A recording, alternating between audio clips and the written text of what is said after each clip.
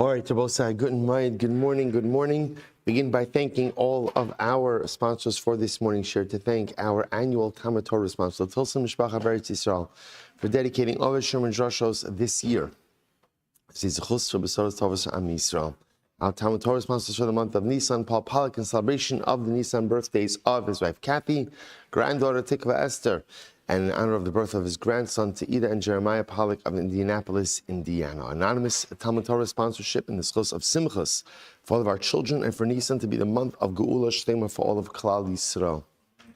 And Avram and Shane D. Kelman, in memory of Avram's mother, Sarah, Brianna Bas, Yoshua Heschel, Zichron Livracha. Our Daf Yomi sponsors for today, Pacey and Lisa Caden, in memory of Pacey's mother, Ethel Caden, Ethel Mara Bas Binyamin Meir HaKoin, Zichron Livracha. We hope that the merit of our Talmud Torah, all of the Neshama Sav and Aliyah, the families, Ein Yachama, Meretz Hashem, our hostages should come home b'shalom and b'karav, and our holy soldiers should be successful b'chol ma'asei yedehem. But with that, let us begin. We have a lot to do today, a really incredible daf ahead of us today. Today's daf is daf Yud 10. We are picking up at the Mishnah on Tes Amud Beis 9b. The Mishnah says as follows: Lahechon Golan. So again, we've been speaking extensively, of course, about the concept of Golus, and now the Gemara asks an interesting question. So where is the murderer? Where is the killer exiled to? So the Gemara says, La'ari Miklat, to the cities of refuge. Where were the cities of refuge? The Gemara says, L'shalosh shebe'eva hayarden, or L'shalosh shebe'eretz Canaan. There are three of them on what we call the Eva hayarden, which is on the other side of the Jordan, the area where 2.5 tribes went ahead and ultimately settled. That's called Eva hayarden. Three of them in Eva hayarden, and three in Eretz Canaan. Three in Eretz Yisrael itself. Shnei Amar, as shlosh ha'arim titnu me'Eva hayarden, v'shlosh ha'arim titnu be'eretz Canaan. Achlo nivcharu shalosh shabaretz Yisrael lo hayu shalosh shebe'eva hayardin koltos. Now, interestingly enough, as we'll discuss, Moshe Rabbeinu was actually the one who designated the three Arei Miklat, the three cities of refuge in the Transjordanian area. But fascinatingly enough, those three in this Transjordanian area did not actually, quote unquote, like take effect until the three in Eretz Yisrael were identified and activated. Shneimar sheish arei miklat tiyana ad shetziu sheshton koltos ka'achos. So interesting enough, this was the halacha that even though three were designated by Moshe Rabbeinu in the Transjordanian areas, they did not take effect until the three in Eretz Yisrael were designated as well. Umechavnos lam drachim izulazu, and there are direct roadways, direct pathways from one ir miklat to another ir miklat. Shneimar tachin l'cha derech v'shilashta. Okay, we'll talk more about that in just a little bit. Well, so that's the first part of the Mishnah. That's talking about the Arei Miklat themselves. Now, the Mishnah spends a moment just talking about the process of getting the accidental killer from essentially the scene of the crime to the Ir Miklat. So what would happen? Remember again, one of the things that we have not spoken about, which is a very intriguing part of this entire process, is what's called the Goal Hadam. The Goal Hadam is a relative of the victim who according to the halacha, has the right to kill the killer. Now, this is a fascinating concept in general because it seems a little bit like vigilante justice. Again, we'll talk more about it, but the idea over here is that as we're escorting the killer, the accidental killer, to the Ir Miklat, we give him two attendants. We give him two Talmidei Chachamim to escort him. Now, what's the point of this? Because maybe the Goal Hadam will encounter the accidental killer. He's going to want to go ahead and kill the accidental killer. And the job of the two Talmid Chacham escorts is to talk him out of it. To talk Goal Hadam out of it. Remeir says, by the way, also the accidental killer could also advocate on behalf of himself. Shneimar v'zeh devar harotzeach. Rabbi Yehuda Omer betchila. Rabbi Yehuda says as follows: betchila echad shogi ve'echad mezik madim la'arim miklat. So Rabbi Yehuda says something very interesting. In the beginning, when let's say Reuven would kill Shimon, so everybody would run to Ir Miklat, right? Whether you were an intentional killer, unintentional killer, everyone would run to Ir Miklat. Beis Din sholchin u'maviin also misham. Beis Din would then dispatch their messenger and bring back the person from the Ir Miklat. In other words, to adjudicate the case. So it's interesting. So it sounds like what would initially happen is Reuven would kill Shimon, before the circumstances even became clarified, the first thing Reuven would do, run to the Ir Miklat. Beis Din would then go ahead and fetch Reuven from the Ir Miklat and bring him to Beis Din. Mishin is Chai Misa Beis Din Hargo. Right. So again, if it turned out that Reuven was an intentional murderer, then he'd be tried in Beis Din and executed. And ultimately, again, if he wasn't Chayiv Misa, they would exempt him. Mishin is Chayiv Galus, Machzir Nosalim Komo. And if it turned out that Reuven was Chayiv Galus, they'd send him back to the Ir Miklat. The Gemara says, Shneemar ve'shivu osa ida el Ir Miklato. So essentially, three possibilities. Possibility one is that Reuven was an intentional killer, in which case he'd be tried and executed by Beis Din. Possibility number two is that Reuven was an ones, extenuating circumstance, in which case, again, he'd be exonerated, totally exonerated. And possibility number three is that it was shogeg, it was an accident. And if it was an accident, he would be returned to Ir Miklat to serve out his time there, as we will discuss. Says the Gemara, Tanabanan, Shalosh Arim Hivdil Moshe Be'Ivra Yardin, connect on Hivdil Yoshua Be'eretz Kinan, Umechuvanos Chayu Kimin Shtei Shuros Shebekerem. So this is very interesting. So as we just said before, Moshe Rabbeinu went ahead and identified and demarcated the three cities of refuge in the Transjordanian lands. Remember again, Moshe Rabbeinu never has the schos to cross the Jordan River. So he goes ahead and he identifies the three on the, we'll call it the outside side of the Jordan River. And Yoshua identified and demarcated the three on the Eretz Yisrael side of the Jordan River. Now, what the Gemara points out, interestingly enough, is that these 6 cities, 3 on each row, 3 on each side of the Jordan, were opposite each other. Now again, not literally on 2 sides of the Jordan. They were spaced out, but they were opposite each other. The image the Gemara gives is like 2 rows in a vineyard, right? The same way if you ever go to a vineyard, right? So vineyards are very methodically arranged. So again, the Arei Miklat were like 2 rows in a vineyard on opposite sides of the Jordan. So the cities themselves were facing each other. So the Gemara says, Chevron Yehuda Kineged Betzer b'Midbar. So Chevron and Yehuda was opposite Betzer in the desert. Shechem Bahar Ephraim Kineged Ramot Gilad. Shechem was opposite Ramos Gilad. Kadesh Bahar Naphtali Kineged Golan Babashan. Okay, Ushlosh. So these are the actual Arei Miklat. Ushlosh Vishilashta Shimishulashin. Now, interestingly enough, the lashon of the pasuk is Vishilashta, which means, remember, there are 3 cities on each side of the Jordan. 3 on each side have to be equidistant from each other. Remember, again, there is a very methodical layout to the Arei Miklat for one particular purpose. We want people to know exactly where they are. Exactly where they are. So again, so number 1, 3 on each side of the Jordan. The ones on the other side are exactly opposite each other, and they're equidistant from one another. Not equidistant, in other words, from one side of the Jordan to the other side of the Jordan, but on each side of the Jordan, they are equidistant from one another. Gemara says, "V'shlash l'shem mishloshin, shemidam lechevron, k'mechevron l'shchem, u'mechevron l'shchem, k'mishchem l'kadesh, u'mishchem l'kadesh, k'mekadesh l'tzafon." Literally equidistant. Be'eva hayarden tlas, Be'eretz Yisrael tlas. So now the Gemara points to something very interesting. Here's what's fascinating. There were 2.5 tribes, right? Reuven, Gad, and half of Menashe that settled on, we'll call it the outside side of the Jordan. Even though, again, remember, it all becomes consecrated as part of Eretz Yisrael, but they'll call it the Transjordanian areas. The rest of the tribes were in Eretz Yisrael proper. So the Gemara says, there are 3 cities of refuge for 2.5 tribes, and then 3 cities of refuge for the rest of the tribes. So that seems to be a tremendous imbalance. Why does the Transjordanian area get its own 3 cities of refuge? Amar Abaye, Begilad Shchichi Rotzchim.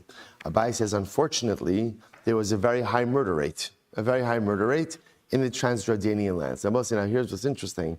Obviously, those 3 in the Transjordanian area were identified and solidified by Moshe. They don't take effect until later on. So Moshe Rabbeinu Baruch Hu must have seen what was going to be happening in the Transjordanian lands, and therefore, amazingly enough, they get their own 3 Arei Miklat. Tichsev, top of Yud. So the Gemara over here quotes the pasuk from Hosea, Gilad Kiryas Pa'ale Even, Akuba Midam. So the Gemara says, Ma Akuba Midam, Amar Rabbi Lazar Shayu Okvin Laharog Nefashos. That literally, again, unfortunately, there was a lot of bloodshed. There was a lot of bloodshed, ultimately, again, in the Gilad and the Transjordanian areas. Okay, incredible. Umaishname haigisa, umehaishname haigisa demerachki, umaishname tzii demekarvi. So this is very interesting. So the Gemara now points out something fascinating, which is that if you look, the outer areas are much more spread out, but the middle area is much more consolidated. Take a look at Rashi. Rashi says, "Mehaigisa demerachki, Chevron v'kadesh rechokos migvule eretz, shnei revi aretz, v'harig b'sof ha'gvul tzarech lanos revi ha'aretz." So on one hand, you have Chevron and Kadesh, which are at the poles, but on the other hand, Mishni d'mekarvi ha'harig ben Chevron l'Shchem u'ben Shchem l'Kadesh karov. So it's interesting. The outer areas are much more dispersed for the Arei Miklat, but the center area, as Rashi points out, is between Hebron to Shechem and Shechem to Kadesh is much more concentrated. So what's going on over there? To which the Gemara says, "Amrabai b'Shechem nami shchichi rotzchim." In Shechem also, unfortunately, there was a lot of bloodshed. Dichsev v'kichesh ish kidudim chaver kohanim derech yirtzechu Shechema. My chaver kohanim. Ultimately, again, it says, what is it called? Chaver Kohanim. Rabbi Lazar shayim mischabrin laharog nefashos ki kohanim halalu shemischabrin lachlok trumos b'beis hagranos. Unfortunately, in the Shechem area, they were, the same way that Kohanim get together, right, in the granary to receive their respective portions. So in Shechem, people got together, unfortunately, again, to spill blood. And I remember again, here's what's interesting about this. The Psukim seem to indicate both in the Transjordanian areas as well as in Shechem, that there's like a lot of murder, there's like a lot of bloodshed. Now remember, Arei Miklat only take care of accidental murderers, right? Don't take care. But what could be interesting over here, we'll discuss how all of this comes together, right? If they have such a problem with bloodshed, this doesn't seem like Arei Miklat is the answer to this. But again, we'll see how all of this comes together. Point over here is, just understand that the way the cities of refuge were laid out, remember this was done by HaKadosh Baruch Hu, right? So the way the cities were laid out, ultimately again was methodical and prophetically based on the idea HaKadosh Baruch Hu saw that there was going to be a need for these cities in these particular areas. All right, incredible. Vesulaka. Now, one second. Now, it makes it sound like over here that there's only 6 cities of refuge, right? 3 in the Transjordanian areas, 3 in Eretz Yisrael. But there are many more. The Gemara says, "V'aleim titnu arbaim ushtayim ir." Now, here's what's interesting. Shevet Levi did not get a portion in Eretz Yisrael, but Shevet Levi was given 42 cities. It was theirs. In other words, theirs to use. Not an ancestral portion, right? Not part of their chalukah, but every tribe essentially had an obligation to give up some of their area for the Leviim. Every city in which the Leviim resided also became an Ir Miklat, also became a city of refuge. To which the Gemara says, so there weren't 6 cities of refuge, there were 6. 3 designated by Moshe, 3 designated by Yoshua, but then 42 Levitic cities, which also served as Arei Miklat. So there's a total of 48 cities. Why do you only say 6 cities? So this is very interesting. Rabbi, halalu koltos ben ladas ben shelo ladas, halalu ladas koltos v'shelo ladas einon koltos. So I will say this is actually quite interesting.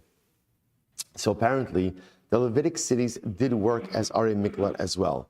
But they only worked if you recognized that you were inside of one of them. Let me say it differently. The power of we'll call it the 6 Arei Miklat, is that they absorbed and provided protection, whether the assailant recognized that he was there or not. It didn't need das.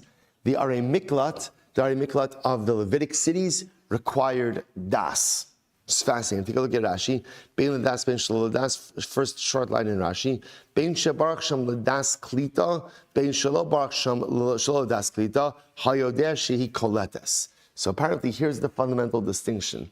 Levitic cities only worked as an Ir Miklat if the assailant recognized that he was in one of those cities and wanted to avail himself of its protection. The other Arei Miklat worked automatically. Now you say to yourself, what does that mean? So just to illustrate how this could happen, we're going to talk about the idea that we really don't allow the Goal Hadam, the avenger of blood, who is the relative of the deceased, right, the relative of the victim, to come into the Ir Miklat and get the killer. So what would be interesting is that would work as long as the killer knew that he was in an Ir Miklat. Right? Apparently, what if the killer just didn't know he was in an Ir Miklat? So is he protected by the Ir Miklat? So it depends. If it's one of the 6, the original 6, then it affords him protection even if he doesn't know that he's there. If, on the other hand, it's one of the 42, then halacha l'maisa, again, it does not afford him protection unless, of course, he knows that it's there. Fascinating distinction. Again, more about that to come in Hashem. So the Gemara goes right to V'chevron, Ir Miklatu. Now, interestingly enough, one of the 6 that was identified was Chevron. That Chevron was an Ir Miklat. Is that true? Vaksiv, the pasuk says, "Vayitnu lekalev es Chevron kasher diber Moshe." But 1 second, Chevron was given to Kalev. Right? Chevron was, remember again, one of the additional portions that Kalev received was the city of Chevron. So how can you say that Chevron was now? Because here's what's interesting: Are Miklat to a certain degree are almost like they become property of Am Yisrael. Right? They're obviously situated in different tribal areas, but they can't belong to one person because they have to be utilized by all of Klal Yisrael, whoever needs it. So how can you say that Chevron was an Ir Miklat when Chevron was given to Kalev? To which the Gemara says, Amar Abaye, Parvada. So look here, Rashi, Parvada, Kfarim v'chatzir masmuchos la v'nikros ashma natnu Kalev. Interestingly enough, it's fascinating historical note. So Chevron proper was not given to Kalev. Chevron proper was an Ir Miklat. The surrounding areas of Chevron were given to Kalev. Just the surrounding areas were also called Chevron. Also called Chevron. But it's interesting. V'chsiv v'sedei ha'ir v'eschatzereha nasnu Kalev ben Yefuna. Which is also interesting to note, by the way, because remember, where does David HaMelech's monarchy start? Where does it begin? Right? In Chevron. So it's fascinating to see also that Chevron ultimately, again, this Ir Miklat, was also the initial seat of the monarchy of David HaMelech, which is really incredible. What did David HaMelech need more than anything in the beginning of his monarchy? He needed a miklat, right? He needed Ir Miklat. He needed refuge. HaMelech was pursued from every single direction by every single person. He needed that sense of miklat. It's also quite beautiful, by the way, if you think about it. I know whenever we go on trips in Eretz Yisrael, sometimes the organizers of our Yarchei Kalas don't agree with me, but to me, going to Chevron is an indispensable part of every single trip to Eretz Yisrael. Because again, how can you go to Eretz Yisrael and not come home to see your parents? Right? How can you not come home to see your parents? It's like, it's like imagine your parents live out of town. You go to a chasana, right? Your parents live in New Jersey. You go to a chasana in New Jersey. I'm too busy to stop by. What are you talking about? You live a couple of states away, but you're right there. How you not? Okay, you're stopping for a minute to say Shalom Aleichem, to have a cup of coffee, to make a lechaim. How do you not visit your parents? How do you not go to Chevron? Right? How do you go to Eretz Yisrael, not visit your parents? Which is also quite beautiful that the place where our parents is buried is in Ir Miklat. Because sometimes, again, every child knows that, it's interesting, one of those interesting things, if a person is privileged to have their parents in this world, the one thing that always gives a child comfort is an embrace by their parents. And when a person no longer has that, it's one of the things that they miss more than anything.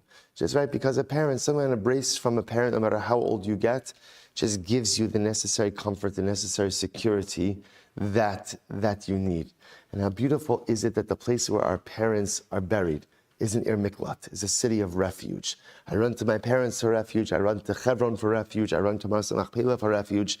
Incredible. The Kadesh Ir Miklat Avi was Kadesh. Now again, another one, Kadesh. Was Kadesh an Ir Miklat?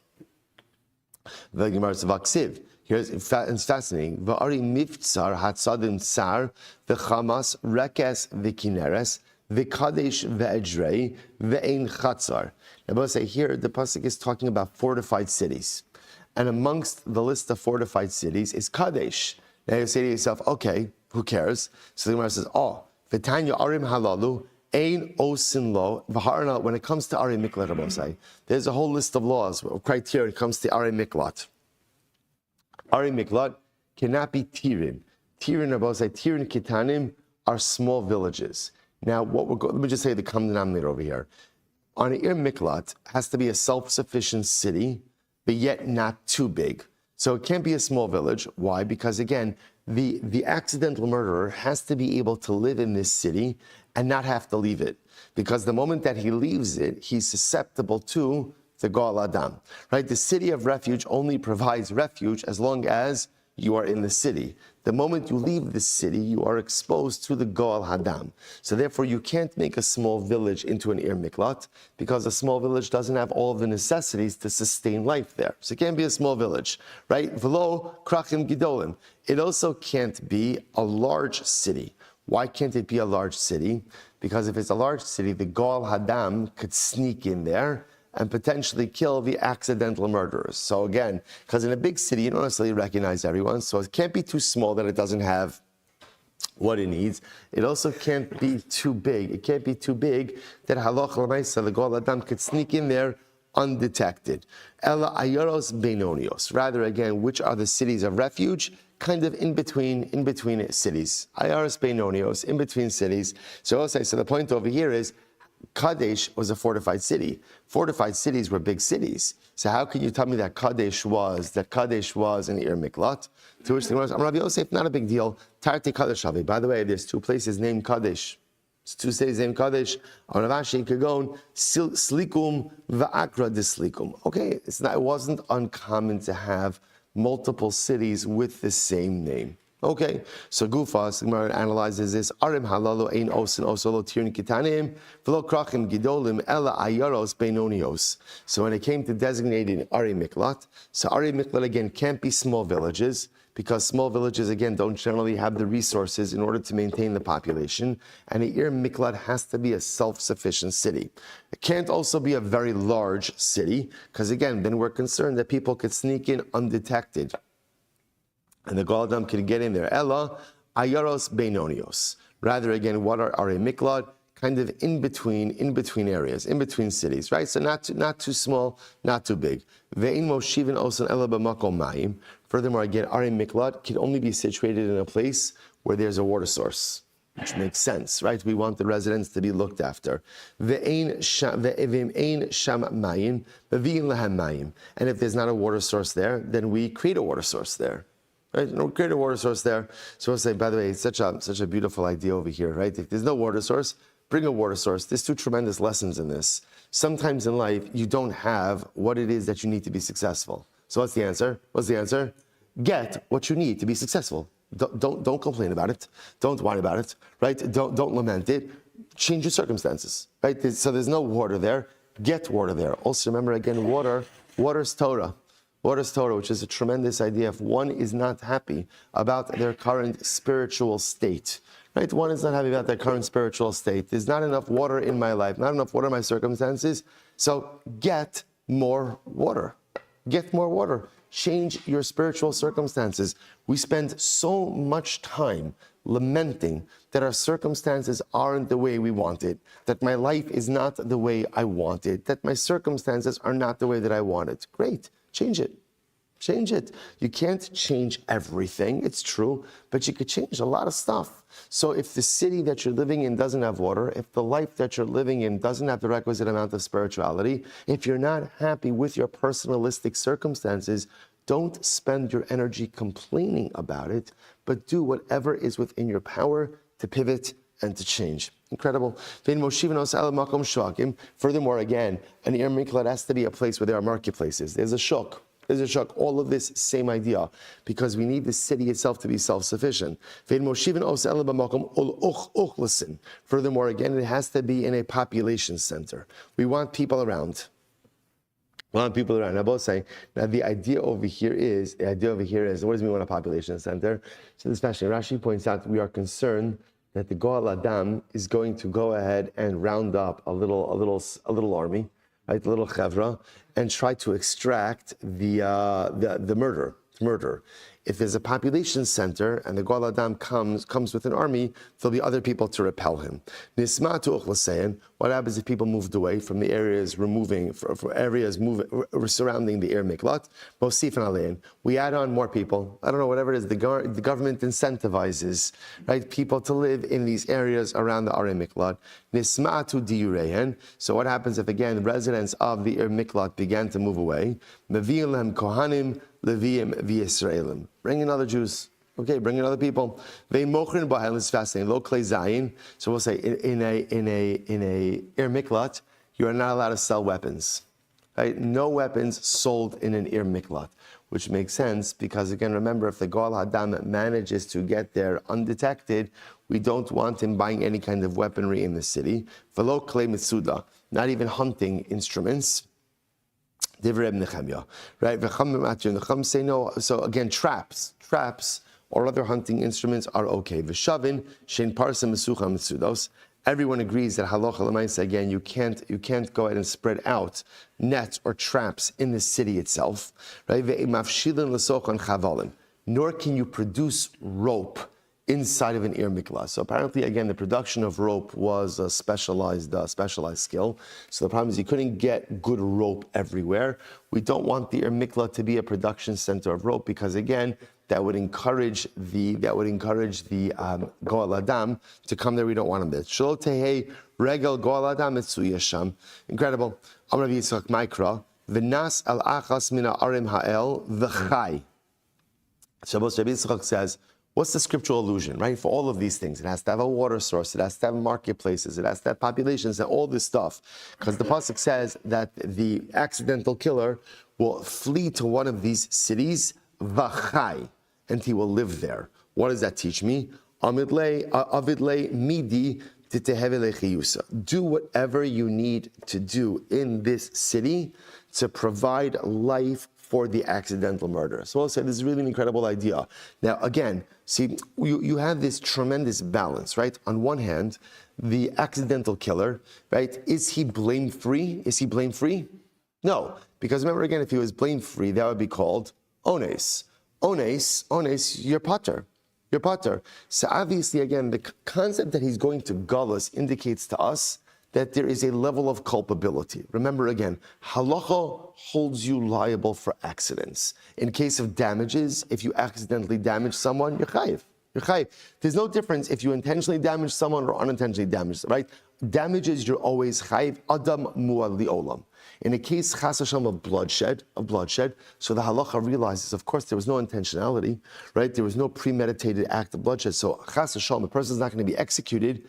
But again, there is a level of culpability and liability. So therefore, again, we're not going to call it a punishment, right? But rather, again, there's a sentence called galus. What's the role of galus? Galus is a mechaper. Right? Galus goes ahead and atones. So what's interesting is, on one hand, we're going to judge you and sentence you to Galus.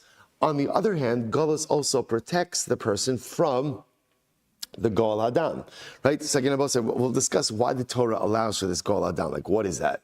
What is that? We'll talk about that more, Mir Hashem. But you see from here that we want to protect the life of the killer. So therefore, again, we're going to put him he has to stay in the city of refuge. Now again, by the way, he doesn't have to. Right? If he wants to leave, he could leave. He's just taking his life in his own hands. But if he wants to leave, he could leave. But we try to make life in the city of refuge, in the Ir Miklat, as palatable as possible. He'll have everything he needs in order to go ahead and live there.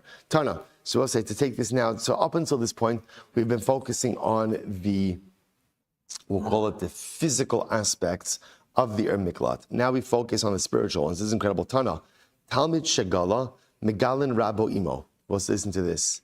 If a student accidentally killed someone and is sent to the Ir Miklat, we send his Rebbe together with him to the Ir Miklat. Shneimar, V'chai, Avid le midi titehevi lechiyusa, because the pasuk says v'chai, the killer has to live in the Ir Miklat. Give him everything he needs to live. And I will say, what does a person need to live in this world? I need my Rebbe. I need my Rebbe. It's true, I need a water source, right? And I need a shuk, I need a marketplace. I need my Rebbe. So therefore, if I accidentally kill someone, my Rebbe is sent to exile with me. It's incredible. I'm Rabbi Zira. Rabbi says, Mikan shelo yishane adam letalmid she'eino hagun. Rabbi said, this is incredible. So now it says, Rabbi Zira says to the Rebbe, be careful who you let into your shir. Right? Be careful you let into the shir. Why? Because again, if you have a Talmud who's not really worthy, you have a Talmud really who's not, and he accidentally kills someone and goes to Gullus, guess what? You're going with him. Because the Talmud always needs his jab. I will say, it's a little bit different for us. I don't know that we appreciate this as much contemporarily, because the truth is we live in such a different age, and we shouldn't take it for granted. We're like, a person could learn Shas without ever interacting with another human being, right? Baruch Hashem, like we live in a different era where Torah is accessible like never before. Like never before. So I don't have a rabbi, Okay, so I could learn, right? It's incredible to think you can master pretty much Kala Torah Kula without ever having a Rebbe, which again is not a good thing, but it's interesting to note. Now, obviously, we know that what a Rebbe does for us, okay, so maybe I don't need the Rebbe to translate the line in Gemara for me. But sometimes, again, we all need a Rebbe in life to be able to make it come alive, to be able to make it contemporarily relevant, to bring out the life lessons, to bring out the Yisodos. But also from Gemara's perspective, right, the Rebbe was the one who gave me Torah. Torah Shebal Peh was transmitted Rebbe to Talmud, right? Talmud, there was a Masorah. So literally, again, if I didn't have a Rebbe, I literally would not have Torah. Just different understanding, I guess. Therefore, if the Talmud accidentally kills someone, he needs to have life in the Ir Miklat. Who gives the Talmud life? His Rebbe. So the Gemara says, Rabbi Yochanan, Harav Shagala. Now listen to this. What if the Rebbe accidentally kills someone? The Gemara says, Megalin Yeshivaso Imo. Ultimately, his entire yeshiva goes into Gullus, right? In other words, where the Rebbe goes, that's where the yeshiva goes. Where the Rebbe goes is where the yeshiva goes. So therefore, if the Rebbe accidentally kills someone, we exile his entire yeshiva with him. So the Gemara says, really? Is that true? Now, both say, by the way, I'll point out something very interesting. The Maharsha comments on this. The Maharsha says, it's interesting, right? That at the end of the day, the Gemara doesn't say the same concept by the Rebbe like it does by the Talmud, right? The Gemara says that if the Talmud kills someone, the Rebbe goes into Gullus. Therefore, the Gemara tells the Rebbe, be careful who you teach Torah to, because whoever you teach Torah to, you're tethered to that person. Which Rabbi say, by the way, tells you something beautiful about the Rebbe-Talmud relationship. That my Rebbe is not just someone who I learned Torah from, there's a connection. Right? There's a bond that's there, to the point that if the Talmud accidentally kills someone, the Rebbe has to go to Gullus with him. So therefore the Gemara says, Rebbe, be careful who you teach Torah to. Now what's interesting is then the Gemara says that if the Rebbe accidentally kills someone, then what? Then the whole yeshiva has to go into Gullus with him. So you would think the Gemara would say what? To the Talmud, be careful who you choose as a Rebbe. But yet, interestingly enough, the Gemara doesn't say that. So the Maharsha comments on this, and the Maharsha says something amazing. He says, because when it comes to learning Torah, learn Torah from whoever you can. Right? In other words, that although a Rebbe should be very picky about who his Talmidim are, perhaps a Talmud shouldn't be as picky about who his Rebbe is. If you find someone from who you can learn, and remember again, I always say, who could I learn from? Ezu Chacham, who is wise? Halomed Mikal Adam. Every person can become a Rebbe, right? Every person has something to teach me. Every person has something to convey to me. So whereas the Rebbe should be very, very picky about who is going to be his Talmud, maybe the Talmud shouldn't be as picky about who's going to be his Rebbe. Fascinating idea. In any event, so the Rebbe accidentally kills someone, the entire yeshiva is sent to Gullus. Ini, is that so? Now what the Gemara is asking over here is as follows. So the Gemara is saying, I don't understand. But if someone is steeped in Torah, Torah protects you. Torah protects you. So how could it, what the Gemara is essentially asking is, how could it be that the Rebbe is ever going to end up accidentally killing someone? After all, again, won't Torah protect him? To which the Gemara says, Shenemar es Betzer Bamidbar, right? Betzer is one of the Ari Miklat, so it says Betzer Bamidbar. Betzer is in the desert, Transjordanian area. And then afterwards it says, Uksiv Vizos HaTorah. And the Gemara understands where just like Betzer is an ear miklat, which affords protection, so too Torah affords protection. So why would the Rebbe ever need an ear miklat? Lokashya had be'inei da asik ba, had be'inei da lo asik ba. You're right, Torah protects you. When does Torah protect you? When does Torah protect you? When you're learning it. When you're learning it. But when you're not learning it, Torah doesn't protect you. See, even the greatest Rebbe, right? At the end of the day, if he's learning, while he's learning, Torah will protect him. But when he's not learning, again, he's subject to the same realities that the rest of us are subject to. By Sema, the other part was incredible. Other possibilities, Mike Colton, what does it mean that Torah protects us? Mimalach hamaves. Torah protects me from the angel of death. The Gemara tells a story, Kiha, Rav Chisda v'Yosef v'Garis b'Bei Rav, v'lo hava kayachal shlicha demalocha demosa lemikrav gabe. Listen to this, Rabbosai. So Rav Chisda was learning Torah, right? And the Malach HaMaves could not get near him. It was time for him to leave this world. But the Malach HaMaves could not take his soul because he was always learning. So the Gemara says, Dolo hava shasek pumei migirsa. Salak v'Yosef ha'arz. That's what the Malach HaMaves do. He went down a cedar tree to Beit Rav. Paka arza v'shasek v'yachalei. And what did he do? The Malach HaMaves went up on the cedar tree. The cedar tree snapped. I guess when the tree snaps, like it makes a loud noise. So Rav Chisda heard the noise. He stopped learning for a moment, and in that moment, the Malach HaMaves took back his neshama. So what was that? So the other possibility is, again, Torah protects you from death. Torah doesn't necessarily protect you from everything else going on. So two possibilities. Either Torah protects you from everything, but only when you're learning it, or no, the protection of Torah is limited to the Malach HaMaves, but I'm still subject to other realities in life. Either way, Rabbi say one thing is clear, that when I am learning, I am protected. When I am learning, I am protected. What I'm protected from, what the scope of that protection is, okay, so that's a machlokas, but I'm protected. Power of Torah. So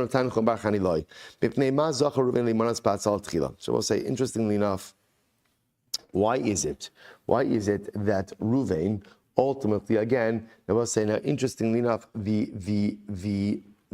first Arei Miklat were established in the tribal area of Ruvain. So why does Ruvain get the schos that his tribal area is the first to host the Arei Miklat?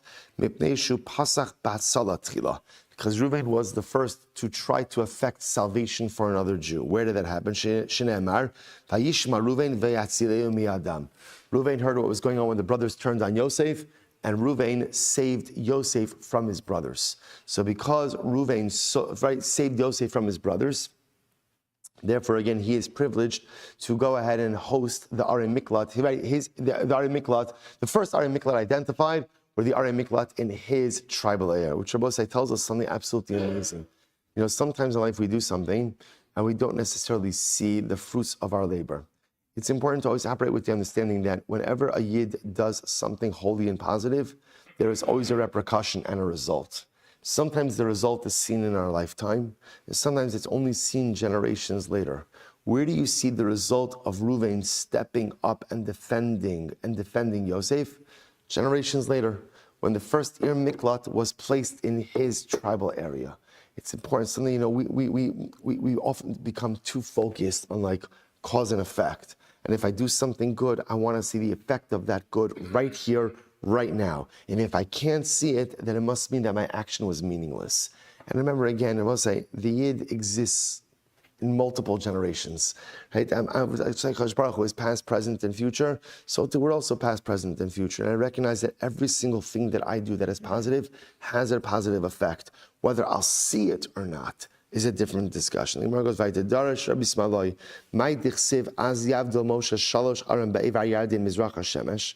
What does it mean when the pasuk says that Moshe Rabbeinu separated 3 Arei Miklat in the Transjordanian areas? Amar lo HaKadosh Baruch Hu Moshe. Hazreich shemesh l'rotzchim. Literally, cause the sun to shine for accidental killers. Meaning, give them hope. Give them hope. Give them the Miklat. Give them a city of refuge. Igid Amri, Amrlei Hizrachta shemesh l'rotzchim. Others say, Kadosh Baruch Hu said to Moshe, through your separation, you have caused the sun to come up for accidental killers. Give hope. Give hope. We'll say, you know, sometimes the greatest thing you can do in life is give hope to someone who feels like they are in a hopeless situation. Right? At the end of the day, the person kills, right? Reuven killed Shimon accidentally. He didn't mean to. Okay, he could have been more vigilant. He could have been more careful. He could have been more attentive. Understood. But Pashas Reuven's a good guy, right? He didn't mean to do anything wrong. And you can imagine just the debilitating feeling of failure in the aftermath of that act. And what does Moshe Rabbeinu say? Moshe Rabbeinu says, listen, life is going to take a dramatically different turn, or life has taken a dramatically different turn. But here's a new city. Create for yourself a new life, right? Everything you need is going to be there. Kadosh Baruch Hu says to Moshe, you've given hope to hopeless people. That is the greatest accomplishment one could have in this world. It's incredible. So the Gemara goes right. Good. Darshav Simoy, my dichsiv. We'll say this is beautiful. My dichsiv. What's the meaning of the pasuk? Ohev kasef lo yispa kasef. Umui ohev bahamon lo tivua. So as I said, literally it means one who loves silver will never have enough silver, and one who loves bahamon, plenty, lo tivua, will never have enough. What does this mean? So we'll say this is beautiful. So we'll say, so generally, by the way we understand this pasuk, right, is the pasuk is actually pretty self-explanatory, right? It's koheles, right? What does it mean? If you love money, you will never have enough money. That's what we generally, again, understand it. I will say, again, there is nothing wrong with liking money. There is nothing wrong with really liking money. There is nothing wrong with working very hard to amass money. There's also nothing wrong with not being content with a little bit of money and wanting, this is not like the wealth gospel over here, but this is right, this is like, it's okay. It's okay to want to be wealthy, and it's okay to work hard to be wealthy. The problem is when you love money, right? Love is a very strong emotion, right? There are two things in this world that you should love, right? You should love HaKadosh Baruch Hu, right? V'yahavtas Hashem Elokecha, right? You should love, and including in HaKadosh Baruch Hu is Torah, is Am Yisrael, is Eretz Yisrael. V'yahavtricha kamocha, you should love Klal Yisrael. You should love Klal Yisrael. That's it. Including Klal Yisrael, of course, as your family, including, right? Those are the things in this world that you should love. That's what love should be reserved for. Everything else, you should like. I remember, again, one of the most times I forgot the context of it, but somebody said they love football. They love football. I love football. Like, really? Like, you love football? I said, like, you use that same mouth to tell your wife that you love her, right? I love you, right? I love you, and I love football, right? So I love my life partner, and I love oversized men in tight pants jumping all over each other, right? I said, you understand, like you'll never be able to tell your wife you love her, right, in the same way, because you literally use that same exact word to describe like this barbaric event of people jumping on top of each other, receiving millions of dollars for it, and a bunch of people paying to watch it. Like just understand, like that's like just you understand. You used the same word for it. I will say we have to be so careful how we use our words, because especially that word love. That word love is a strong word, right? Like Shlomo says in Gaz, Re'ei chayim im ha'isha asher ahavta, right? See a beautiful life with a woman who you love. Love is used for marriage. Love is used for my kids. Love is used for HaKadosh Baruch Hu. Love is used for Am Yisrael. Love is used for Eretz Yisrael. Everything else you could like. You could like football. You could like football. You could like pizza. You could like chicken wings, right? You could like a lot of different things in this world. Like whatever you want. But love is referred, so therefore, again, we normally say, so that's why, Oev Kasef, the danger with money is when you love it, You want to like it a lot, you want to pursue it, you want ultimately, again, to acquire it, Hatzlacha, absolutely fine. The moment you love it is the moment where things become a little bit complicated. So therefore, the Pashut Pshat is, Oev Kasef lo yispa kasef. And if you love money, what's the problem? If you love it, you'll never have enough of it. You'll never have enough of it. Because we'll say, by the way, that's the power of love, right? The power of love, right? What is the shorish of love? Is hav, is to give. When you love something, you can never get enough of it. And that's why it's so powerful. So in my marriage, I love my wife, and therefore, again, it's never enough. I always want to do more. I always want to be more. I always want to give more. I love HaKadosh Baruch Hu. It's never enough. I love Am Yisrael. It's never enough. I love Eretz Yisrael. It's never enough. If you love money, the problem just is it becomes a toxic relationship with material wealth. But yet, interestingly enough, the Gemara darshans it differently. The Gemara says, Oiv kesef lo yispa kesef. What does this refer to? Zeh Moshe Rabbeinu. This is Moshe Rabbeinu. Right? What does it mean, Moshe Rabbeinu? He says, Shah yodeh she'en shalosh arim shebe'evra yardin koltos ad shelo nivcharu shalosh averes kinah. Listen to this. Now, Moshe Rabbeinu knew full well that what? that the 3 are a miklat in the Transjordanian area would not take effect until the 3 in Eretz Yisrael were identified as well, were set aside. And Moshe Rabbeinu also knew that what? He was not crossing the Jordan. So he knew that he was not going to set up the 3 on the other side of the Jordan. Yoshua was going to do it. So again, logic would have dictated, Moshe, what's the point? What's the point of setting up the 3 on the Transjordanian side if they're not going to take effect until the 3 on the other side come online, and the other 3 are not going to be done by you, they're only going to be done by Yoshua. But yet, Moshe Rabbeinu still did it. Va'amar, mitzvah shebal yadi akaymena. Moshe Rabbeinu said, you know what? If there's an opportunity to do something, I'm going to take it. I'm going to take it. Even if it's not complete. Even if it's not complete, an opportunity for service of HaKadosh Baruch Hu, an opportunity for spiritual growth, an opportunity for dveikus comes our way, how can I not take it? So we'll say, isn't that absolutely beautiful? Do you want to know the greatness of at the end of the day, what makes a Moshe Rabbeinu great? What makes a Moshe Rabbeinu great is when he sees an opportunity, he takes it. We'll say, what do we do when opportunities come our way? What do we do in opportunities? We analyze. Oh, well, okay. I'm gonna take it under advisement, right? I'm definitely gonna run it by the opportunity panel, right? And we'll talk about it. And we'll see it. We're looking at a whole bunch of different opportunities in front of us right now, right? So we're gonna analyze this. Let's see. Have this. There's a beautiful minhag. Lubavitcher Rebbe brings down the minhag to go ahead and learn Maseches Sota over Sfira. There are 49 blot of Sota and ultimately 49 days of Sfira. So the Lubavitcher Rebbe had a beautiful minhag to go and learn Sota. So I was talking to someone about this. Said, I would, but I just started Makkos. I can't take this on. I said, Ploni, just be honest. You can take it on. You won't take it on. Don't tell me you can't.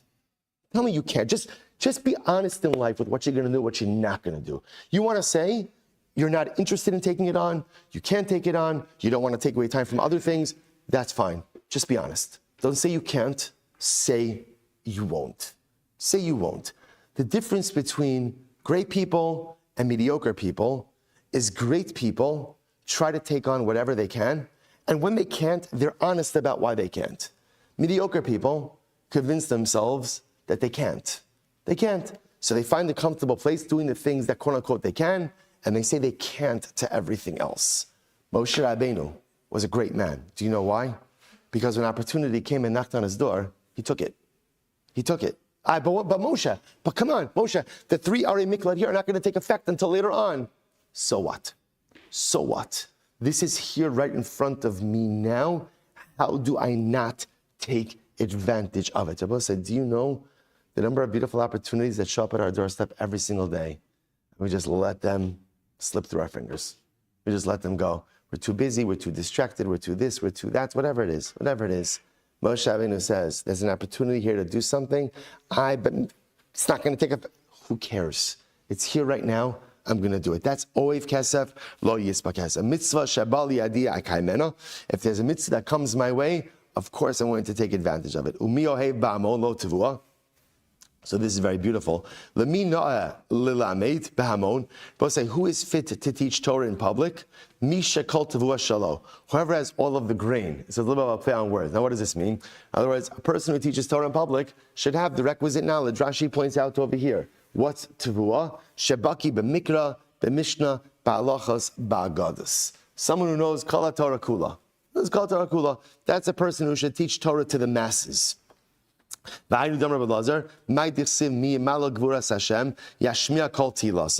me know or who is it appropriate to teach the greatness of Hashem? Ultimately, again, one who is able to allow all of the Rebbeinu Shalom's praises to be heard. In other words, who should teach Torah to the masses? Who should teach Torah in public? Only one who has the requisite tools, i.e. the knowledge, to be able to do so. What does this mean? This is beautiful. Whoever loves Talmidei Chachamim, whoever loves those who teach Torah to the masses, in other words, both say, whoever values the Talmid Chacham, lo tevua, will himself have children who are Talmidei Chachamim. Both say, this is beautiful. If you love Talmidei Chachamim, and you revere Talmidei Chachamim, you will have children who are Talmidei Chachamim. Now I will say, by the way, that's not like a heebie-jeebie hocus pocus thing. It's very simple. Our children see who we look up to. They see who we look up to. So if my kids see me look up to the guy who has the most money, the nicest car, the biggest house, the most expensive vacations, so again, that's going to form their own perceptions of what's important in life. So they're going to say, oh, what's important? What's important? So material success. And material success is wonderful, it's beautiful, but that's, right? On the other hand, if my children see that what I value in this world is accomplishment in Torah, and the people I look up to, are the people who are accomplishing. I will say, by the way, I want to just point out, it's never an either or, right? In other words, this is so important. One of the most important things in Yiddishkeit, material success and spiritual success are not an either or, right? It's not like you could have one or the other. The Gemara says a person can be ochal shtei shulchanos. You could eat at two tables. You could eat at the table of spiritual success and a table of material success. It's hard. It's a lot of hard work. And most people are not able to be successful at both tables, but you can do it if you work hard enough. So if my children see that what do I look up to? What do I, as the parent, what do I revere? I revere spiritual success. I revere people who work hard on their spirituality. I revere people, ultimately, who become Talmidei Chachamim, then my children will become that as well. Because if my children see that that's what I hold out as a successful person, they will say deep down, right? Freud wasn't the first person to discover that our relationship with our parents is the most important relationship. Deep down, what does every single child want to do? What does every child want to do? Give nachas to their parents. At the end of the day, really all I want to do is I want to know that my parents are proud of me. That's all. So subconsciously, again, how do I know how to make my parents proud? I see what my parents themselves look up to. What do my parents revere, right? What do my parents put on a pedestal? And that's what I want to become. So the Gemara goes right there. The Gemara says, Yavu be Rabbanan einai berei derava. So amazingly enough, the rabbis looked, when they were talking about this in the base medrash, they looked at Rabba berei derava, Rava berei derava, who was a great Talmid Chacham, and his sons were great Talmidei Chachamim as well. He loved Talmidei Chacham, he was a great Talmidei Chacham. Rabbi Shmuel Silber oiv lilmod b'hamon lo tova. This is beautiful. Whoever loves to learn in a group, b'hamon in a group, ultimately, lo tevua will be successful. He'll be successful. Ultimately, lo tevua means he'll have the grain, the necessary grain, so to speak. He'll acquire knowledge. It's beautiful. The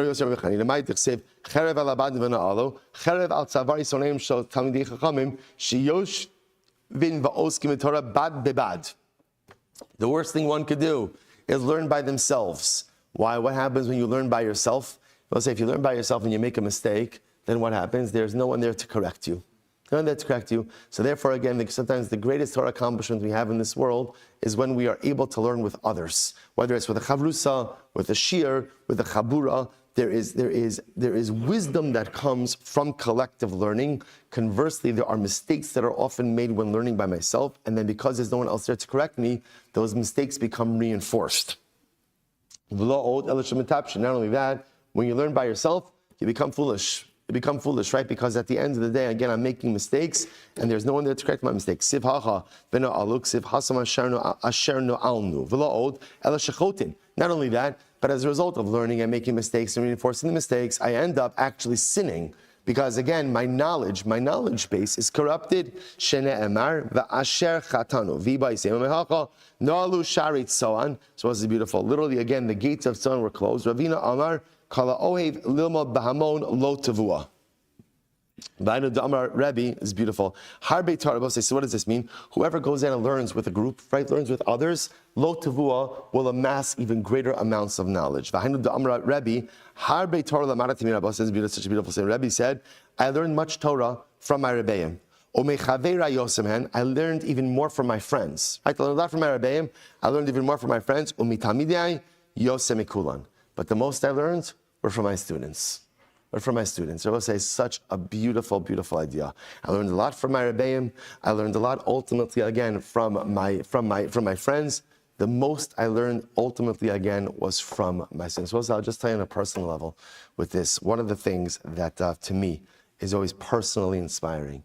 Okay, so now we're on a Cholamayit schedule, so there's not as much Mesiras Nefesh involved with getting up for the daf. They'll say, but like I tell you, to me, when I come into the shul in the morning, come to the Beis Medrash in the morning, and Baruch Hashem now, such as come to the shul like the Beis Medrash is hopping already. It's 5:40 in the morning. To me, it is inspiring. I am inspired. I'm Zocha. This is my job. This is my job, right? This is Baruch Hashem Zachis. Baruch Hashem gave me this life and gave me this job. This is what I do. I come to the Beis Medrash and I see all of you. I see the Chavra, and everybody is like up and again pulled to work and this and then pulled in a million different directions, and there could be a million different excuses to not show up, to not daven with a minion, right? To not, but yet again, that the Chavra makes a concerted effort to us. So that's the Gemara. I'll tell you, just on a personal level, the inspiration I get from seeing all of you every single morning is greater than any level of inspiration I've received from the greatest Rav, from the greatest Talmud Chacham, from the greatest Shir, from the greatest Orus. Seeing Yidden living lives, Torah-centric lives, and depriving themselves of much necessary sleep or respite in order to be, and then running off to work. Right? It's not the pshat that like people go ahead and finish Shachris and then okay, I'm going to go back in for a nap, afterwards, right? Some of you are, right? But Lamaisa, many of you are running right from here to the office, right from here to work, right from here, or carpool, or this or that. Inspiring. And sometimes the greatest inspiration is not from something that a person says, but it's how they live. Mamish, I see this, I'm zocha to live this Gemara from all of you each and every day. I'm Rabbi Shmuel Levi, my dichsiv. The Bible says a beautiful Gemara. Omdos hayu raglenu b'sharach Yerushalayim. Let's listen to this. So what a pasuk to read. Omdos hayu raglenu b'sharach Yerushalayim. Our feet were standing within the gates of Yerushalayim. We'll say halavai. We should be zocha Amir Hashem to not just read this pasuk just as an anticipatory dream, but halavai we should be zocha Amir Hashem to be able to live it. Mihir Rabbi Aminu. What does it mean when it says our feet were standing in Yerushalayim? Mi garam l'raglenu she'amdu b'milchama. Let's say this is incredible. What allowed us to go ahead and be successful in war, right? In war. What else is successful in war? Ultimately, again, Sha'arayich Yerushalayim. So this is Tehillim. This is David HaMelech saying, what allowed us to be successful in all of our battles? Ultimately, again, Sha'arei Yerushalayim Shayu Oskim B'Torah. It was the gates of Yerushalayim who were engaged in Torah. David HaMelech understood that what allowed Klal Yisrael to be successful in war, ultimately, again, it was the koach of Torah which propelled the army. And I will say, this Gemara is so incredibly important. So I will say, this speaks to the core of one of the most raging issues within Klal Yisrael right now, about who should serve in the army, how they should serve in the army. And I will say, you know what the greatest problem within Klal Yisrael right now in this issue? It's not about what's more important, the Torah or the army. It's a foolish question. You need both of them. Klal Yisrael needs an army, and Klal Yisrael needs Torah. Do you know what the challenge is? The challenge is that each looks at the other, or many segments of each look at the other as opposite forces, right? So sometimes, and again, sometimes the world of Torah looks at itself as its own self-contained thing.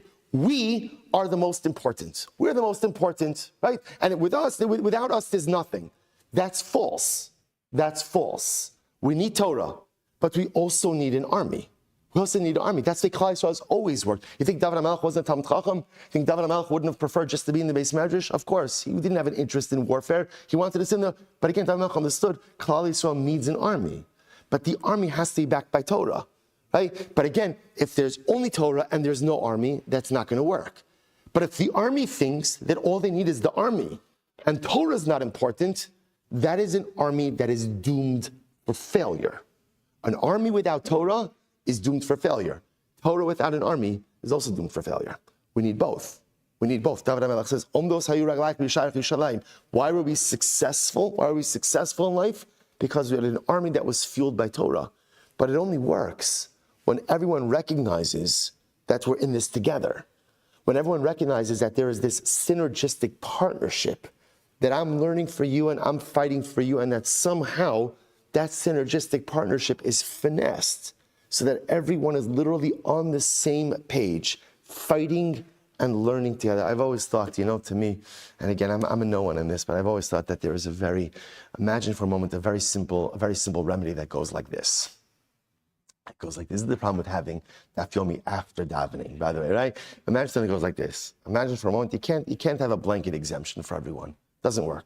Not sustainable. You cannot have a blanket exemption. You have to establish some type of criteria. Whatever the criteria is for those who are Torasum Nasum, right? Those who are full-time learning, right? It can't be any guy who wants to do it could suddenly do it. That's whatever it is, an admission test, a criteria, right? A certain number of years that you're able to do it. There has to be a system. And imagine for a moment, right? Those Yechidei Skula, that on every single army base, there was a kollel of Mitsuyanim who sat on the army base learning, not in a base medrash far away from the front, on the front. And they're wearing uniforms like everyone else, right? Because the army of HaKadosh Baruch Hu has fighters and it has learners. And what happens? The soldiers go out to battle, and before they go out to battle, they get a bracha from those who are sitting, defending them, learning Torah. Right? And when they come back, they get a bracha that they come back. And again, that Kol Torah is palpable on every single army base in Eretz Yisrael. Imagine what that would look like for Klal Yisrael. Imagine what that would be like. And now suddenly there's not an us and a them. There's not this community and that community. There's Am Yisrael. Because Am Yisrael needs vibrant Batei Medrash from which the Kol Torah never ceases. And by the way, when the Kol Torah never ceases, there's another piece. Bein HaZmanim doesn't have to be for a month, right? Soldiers don't get off for a month, or at least active duty. So if you're an active duty learner, you also can't be shmying around for weeks on end either. There has to be an urgency. There has to be a commitment. Whoever's fighting for Klal Yisrael, whether it's with the neshek, with the gun, or with the Gemara, you're on. You're on. What we're missing is just so many. We don't feel that there's an interconnectedness. There's what we want, and there's what we want. Well, the moment Klal Yisrael goes down that road of different what we wants, that's ultimately, again, where there's divisiveness, and where there's divisiveness, unfortunately, nothing good ever comes about. But just David HaMelech understood it. Almost Hayu Sharach Yerushalayim, where there's a vibrant synergistic partnership between the army and Torah, Klal Yisrael is invincible. Klal Yisrael is invincible. But when there's an us and a them, then unfortunately, we are highly vulnerable. We're living this right now. And it's a shame. It's a shame that leadership on both sides cannot get it together and cannot go ahead and recognize that anyone's personal agenda is so much less important than the national agenda. Come to the table. Figure it out. We are people with unbreakable resolve, which unfortunately sometimes is our worst impediment. But put aside personal agendas, put aside personal needs, and figure out how to bring the nation together. With the Torah, with the army, with the Beis Medrash, with the Milchama, bring it all together. And that makes our people invincible. David HaMelech understood it. We have to figure it out as well. All right, let's go back a little bit. Says Rabbi Shmuel Levi, "My dichsev, Shir Amalos David Samachti B'Omrim Beis Hashem Li Beis Hashem Neilech." So what does it mean when it says, right, a song of ascents? David HaMelech said, "Bros, it's such a beautiful Gemara. I rejoiced when they said to me, let's go to the house of Hashem. Amar Dov Ne'achadish Baruch Hu." This is beautiful. Ribono Shalom Shamati B'nei Adam Shayu Omrim Masai Yamos Zakein Zeh. This is wild. David HaMelech said, I heard people saying, when is this old man going to die? Now, by the way, who's the old man? It's David. So David said about him, right? People say about me, when am I going to die? V'yavash Shlomo b'no, v'yivna beis ha'bechira, v'na'aleh l'regel. But why are they saying it? Because they understood David wasn't going to build the Beis HaMikdash. Only Shlomo was. So people were like, when is David going to die already? Right? When is he going to die already so Shlomo could become king? Build the Beis HaMikdash. We could be Ola Regel. We could come for the last days of Yom Tiv to the Beis HaMikdash, to Yerushalayim. And what did David HaMelech say? V'samachti. I rejoiced. I was like, can you imagine this? I rejoiced. David HaMelech said, so I was saying, this is leadership. This is leadership. What leadership means is the needs of the collective are more important than your personal agenda. So David HaMelech said literally, now again, I'm not going to lie, a little bit crass of the people to talk like this, right? When is David going to die so that Shlomo could become king, build the Beis HaMikdash, and we could just move ourselves forward already? Okay, not the best way to articulate it, but David hears this, and you think David would be offended. David would be upset. After everything I've done for you, now you just tell me to die? David HaMelech was a Melech Yisrael. And what does it mean to be a leader? Leadership means what I need is much less important than what the klal needs. What I need is less important. And so at the end of the day, David HaMelech says, I was happy because Klal Yisrael wants the Beis HaMikdash. I'm overjoyed. Amar HaKadosh Baruch Hu, Rebbe Shalom said, not so fast. So David HaMelech essentially says, Rebbe Shalom, take me. I'm ready to go. Take me. I'm happy to leave this world if it paves the way for Shlomo, paves the way for the Beis HaMikdash. Kadosh Baruch Hu says, not so fast. We'll say this is beautiful. Ki tov yom b'chatzirecha me'elef. Tov li yom echad she'ata osik b'Torah lefanai me'elef olos she'asid Shlomo bincha lahakriv lefanai al gabei hamizbeach.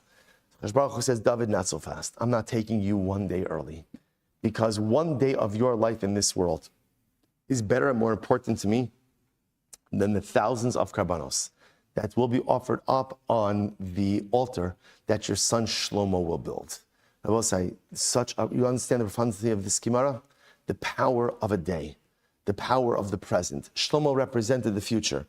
And while it's important to go ahead and plan for the future, it's important to think about the future, it's important to contemplate the future, never plan your future at the expense of your present. You know, Rav Aaron Lichtenstein, who was the Rashiva of Gush Har Etzion, Shiva Har Etzion, he had a beautiful essay where he wrote about the idea. He called America the 401k society, right? Although I don't know what the 401ks are worth anymore. I don't know, right? A 401k society. So what does it mean about 401k? Everything is about the future. Everything is about retirement, right? People have all of these plans about what the future is going to be. There's only one problem. But it's good to plan for the future. There's only one problem. People put so much emphasis on the future that they forget to maximize the present. People stay in careers that are unmeaningful and unfulfilling because, again, it's going to give them some type of payout in the future, right? And people compromise and sacrifice their present because now, again, you have to plan for the future, but you can't build your future at the expense of the present. That's what HaKadosh Baruch Hu was saying to David HaMelech. David, hold up. Beis HaMikdash will come. But you are a man who maximizes each and every day. And because of that, I'm not taking you from this world one day early. Let's go a little bit weiter. Tanya. Ultimately, again, remember, the pathways are identified between the Arei Miklad. Tanya, Belazar ben Yaakov Omer, Amud Beis. Miklad, that is a long daf. Miklad, it's okay. Miklad Haya Kasa Pashas Drachim. Ultimately, again, there was a sign that said Miklat at the crossroads. In order that the Rotzeach, the murderer, ultimately, again, should recognize. So again, the pathways were very clearly marked. Amrav Kahana, Maikra, Tachin Lecha Derech, prepare for yourself. Ultimate, sounds like Sunday services over here, right? So the Maikra, no, I don't know firsthand, I'm just saying, right? I'm only batting for one team, I promise. Maikra, Tachin Lecha Derech, ultimately, again, prepare for yourself the pathway. Aseh Lecha Achana L'derech. So remember again, the pathways to the Miklat had to be very clearly demarcated. So Rav Chama Bar Chanina Pasach La Pischa L'Hai Parsha Sameacha. Rav Chama Bar Chanina, when he would go ahead and give a shear on Ir Miklat, right, on the Arei Miklat, ultimately, again, he would open the shear with the following idea. Tov Yashar Hashem al Kein Yorech Hatam B'Derech. It's beautiful. Ultimately, again, Hashem is good and just. Therefore, again, He shows the wicked the way. If Hashem shows the wicked the proper path, then Kal v'chomer and the Kadosh Baruch Hu will do for the righteous. Rabbi Shimon Lakish, this is all the intros, right? Whenever they would give shir on Arei Miklat, they would always go ahead and intro it in the following way: V'asher lo tzada ve'elokim ina liyado. Right? Ultimately, again, someone who acted without premeditation, and Hashem guided their hand. Kasher yomar mashal kamor sham yetzer rasha. So I'll say, so sometimes wicked things happen through wicked people. What does this mean? Listen to this, Rabbi saying. What is the pasuk talking about? Bishnei bnei adam shar goas hanefesh. Two guys killed someone. Right? Reuven and Shimon both killed someone. Now, echad harag b'shogeg. Reuven killed accidentally. V'achad harag b'mezid. And Shimon killed intentionally. L'zeh ein edim u'l'zeh ein edim. Now neither have witnesses to what they did. What is Chadash Baruch Hu? Chadash Baruch Hu mazmin lepundak echad. Zeh sharag b'mezid yoshev trachas asulam. V'zeh sharag b'shogeg yored b'sulam. So now watch this. Reuven and Shimon both killed someone. Reuven killed accidentally. Shimon killed intentionally. Neither of them have any witnesses to their respective acts. So what happens? Kadosh Baruch Hu brings them together to an inn, right? Shimon, the intentional killer, is sitting underneath the ladder. Reuven, the accidental killer, is coming down on the ladder. What happened? V'nafa alog v'hargo. Ultimately, again, Reuven falls on Shimon, and he kills him. And he kills him. Abba saying, now there's an inn full of people. Zesh harag b'mezid nerag, v'zesh harag b'shogeg gola. So what happens? Each kind of gets what's coming to them. Shimon, who killed intentionally, right, is killed, and Reuven, who killed unintentionally, now as witnesses, is sent to Galus. So we'll say it's profound. What is he trying to teach? We'll say the Rebbeinu Shalom runs a perfect world, right? And he choreographs everything. Sometimes you see the choreography, sometimes you don't see the choreography, but the choreography is always there. Just let God do his thing. Sometimes we become so impatient because the world looks so imperfect and our circumstances look so imperfect. Chadash Baruch Hu, the great choreographer, has got multiple millions of moving pieces, billions of moving pieces in any given moment, and he's got his finger on the pulse of each of them. Just be patient, let him do his thing, and somehow, some way, everything comes together. Incredible. I also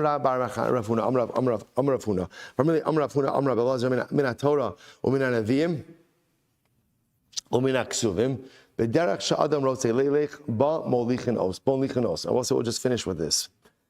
There's a concept. The concept is, well, say, these are just incredible Gemaras, absolutely incredible Gemaras. The Gemara says, God sees what path you want to take in life, and God helps you along that path. The Rebbeinu Shalom is like a loving parent. What do parents do? Parents do their best to give a child instruction. Right? They try to give necessary instruction, right? Hadracha. But then what happens? Every parent comes to that moment where they're like, you know what? You got to do what you're going to do. Right? And I can't help you not make mistakes. What I could do is I could give you as much information. I could give you as much advice. I can model for you the right behavior. But then at a certain point in time, you got to do you. Kadosh Baruch Hu gives us a Torah.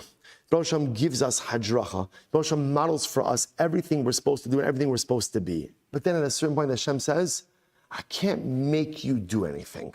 I can't make you do anything. So, you choose a path, Hashem says, and whatever path you choose, I'll help you. But you have to choose the path. Incredible. So the Gemara says, we see examples of this from Torah, Nevi'im, and Ksuvim. So listen to this. The Gemara says, Torah d'chsiv, lo selech imoim, uksiv kum lech itam. So Torah by Bilam. By Bilam, right? Originally Hashem says to Bilam, Bilam, I don't want you to go with the messengers. Bilam insists on going. So Hashem says, fine, go. Go. Next, Mina Nevi'im, d'chsiv ani Hashem elokecha, melamdecha, lahoil midrachecha b'derech zu telech.